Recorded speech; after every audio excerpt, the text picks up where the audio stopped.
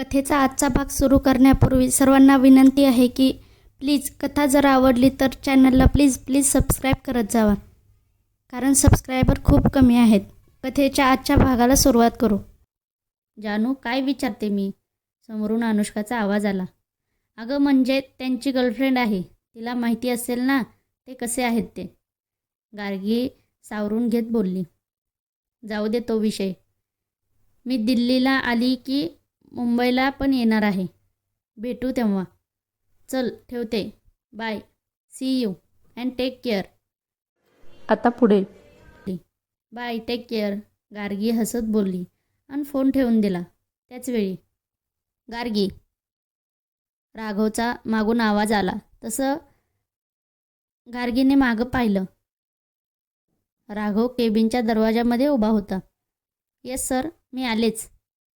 गार्गी त्याच्याकडे येत बोलली. इतका वेळ कोणाशी बोलत होती?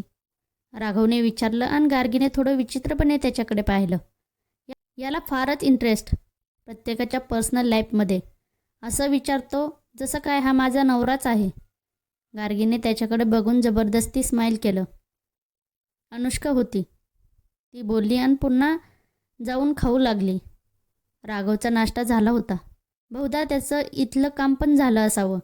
त्यामुळे इच्छा असूनही गार्गीने चमचा खाली ठेवला. सर, झालं माझं, जाऊया. गार्गीने टिश्यू पेपरने हात पुसत बोलली. तुला आवडलं नाही का? राघवने तिच्या ताटातला अर्धा डोसा तसाच पाहून विचारलं. नो सर, खूप छान आहे हे. गार्गी बोलली. मग खा, राघव म्हटला.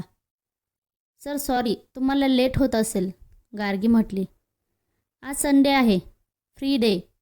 मी दिवसभर सुद्धा इथं थांबू शकतो. डोंट वरी. राघव बोलला आणि गार्गीने खाली बघितलं. तिने पुन्हा चमचा हातात घेतला आणि खाऊ लागली. थोड्याच वेळात तिचं खाऊन झालं.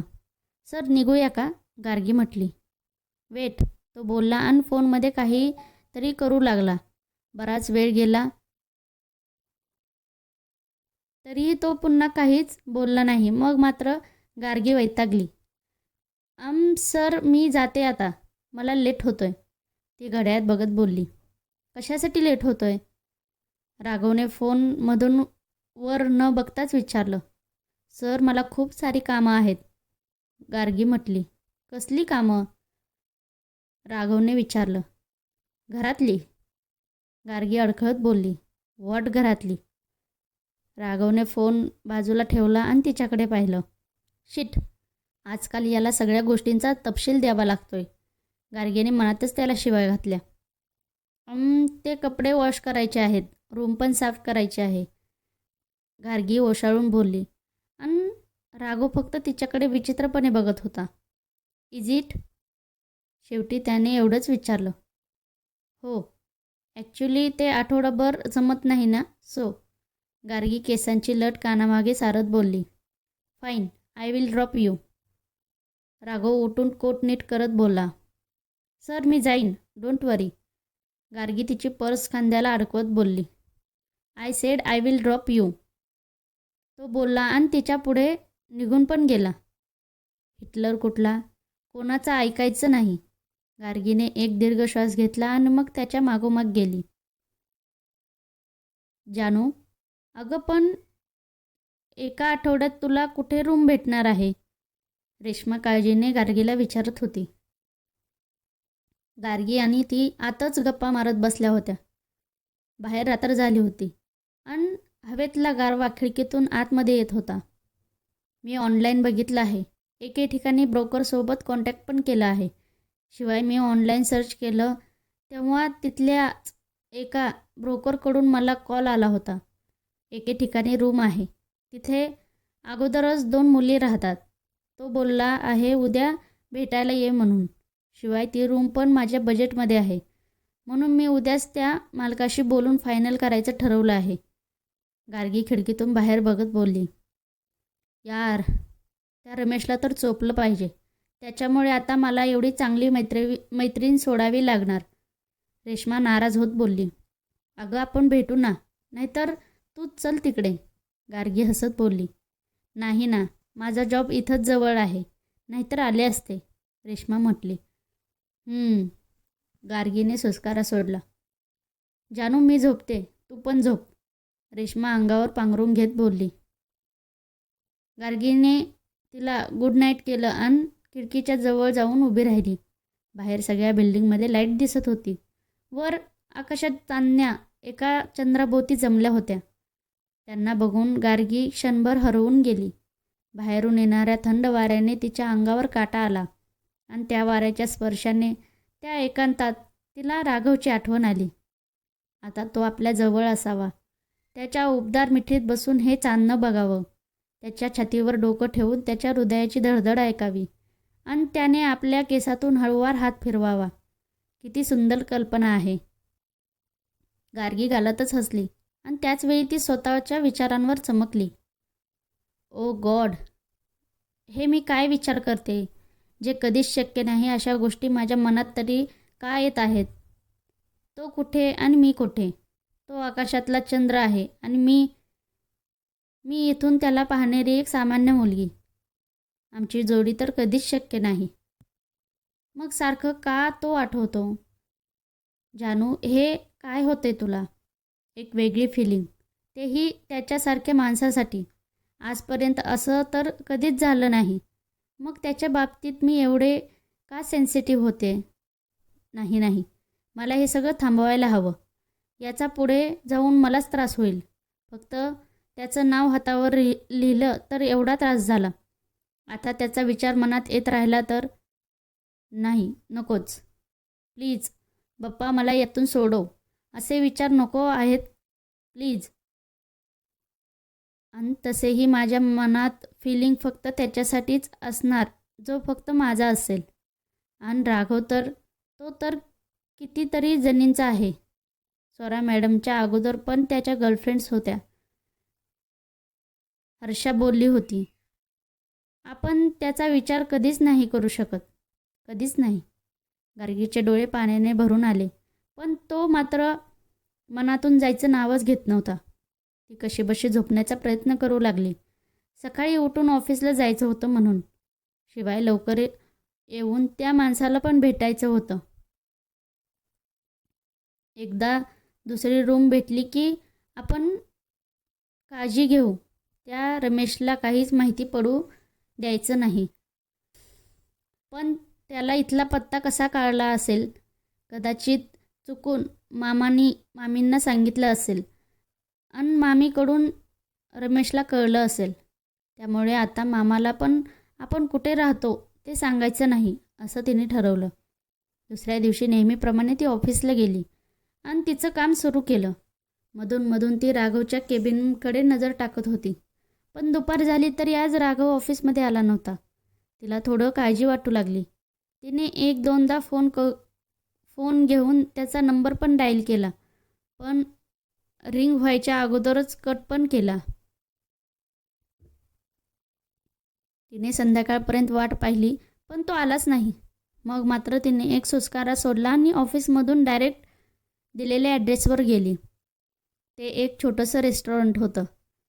ती आतमध्ये गेली आणि तिला अचानक समोर ओळखीची व्यक्ती दिसली. तिने निरखून पाहिलं तर ती कविता होती. तिथं टेबलवर सर्व करत होती. पण ही तर त्या मोठ्या हॉटेलमध्ये कामाला होती. मग इथं कशी आली. गार्गीला मनातच विचार आला. ती लगेच तिच्या समोर जाऊन उभी राहिली. हाय कविता. गार्गीने तिला ग्रीट केलं.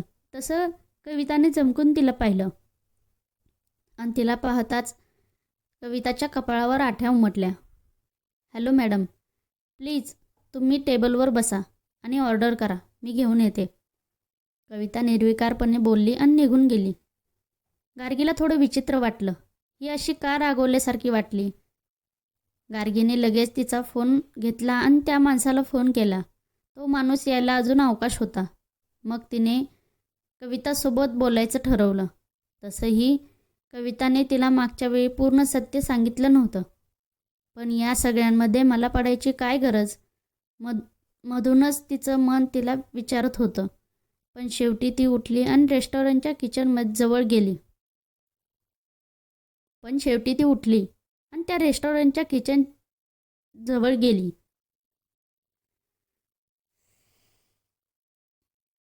एक्सक्यूज मी, ते कवितासोबत बोलायचं होतं. त्या फ्री आहेत का?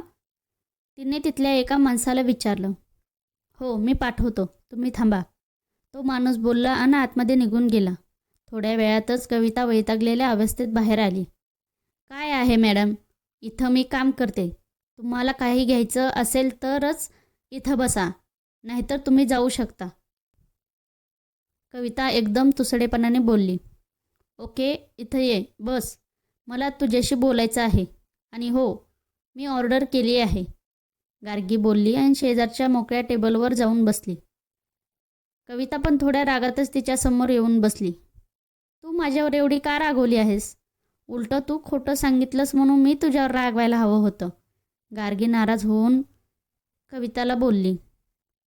एक मिनिट, मी खोटं काहीच सांगितलं नाही, पण तरीही तुम्ही मात्र पोलिसांना सगळं सांगून माझी नोकरी घालवली. यासाठी मी तुमची आरती उतारू का? कविता रागात बोलली आणि गार्गी चकित झाली. नाही, मी पोलिसांना काहीच सांगितलं नाही, खरंच. गार्गी तिला पटवून देण्याचा प्रयत्न करू लागली. मग त्या पोलिसांनी उगीच मला त्रास दिला का? त्यांनी माझी नोकरी अशीच घालवली का? कविताचे डोळे आता भरले होते. हे बघ, मला माहीत नाही त्यांना कसं कळालं, पण मी कोणालाच काहीच सांगितलं नाही. तू मला खोटं बोलली हे कळूनसुद्धा मी गप्पच होते. गार्गी म्हटली. आय डोंट नो, पण मी तुम्हाला काहीच खोटं बोललेले नाही.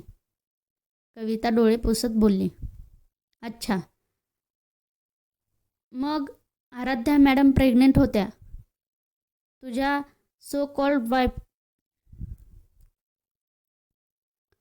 मग आराध्या मॅडम प्रेग्नेंट होत्या तुझ्या सो कॉल्ड बॉयफ्रेंडकडून, हे तुला माहिती नव्हतं का? गार्गीने तिच्याकडे नजर रोखून बघत विचारलं. हाच तर गैरसमज आहे. आराध्या मॅडम प्रेग्नेंट होत्या, पण त्यात अक्षयने काहीच केलं नाही. तो निर्दोष आहे. त्याने त्याच्या आईची शपथ घेतली होती. तो खोटं कधीच बोलणार नाही. किमान त्याच्या आईची शपथ घेऊन तरी नक्कीच नाही. त्या कोणामुळे प्रेग्नेंट होत्या ते माहीत नाही, पण माझा बॉयफ्रेंड निर्दोष आहे आणि हे मी छातीठोकपणे सांगू शकते.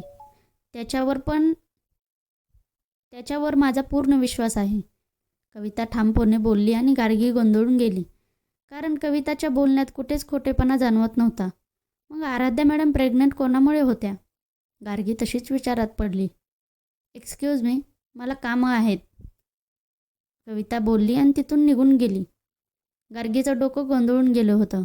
तिने समोरच्या लेमन ज्यूसकडे पाहिलं आणि तिला तहान लागलेली जाणवली. तिने लगेच तो पिऊन टाकला. घशाला आणि पोटाला थोडा आराम भेटला. थोडी तरतरी पण आली. मग तिने घड्याळ पाहिलं. रात्रीचे 9 वाजत आलेले आणि अजूनही त्या माणसाचा पत्ता नव्हता. ती आता वैतागली आणि त्याचवेळी तिचा फोन वाजला.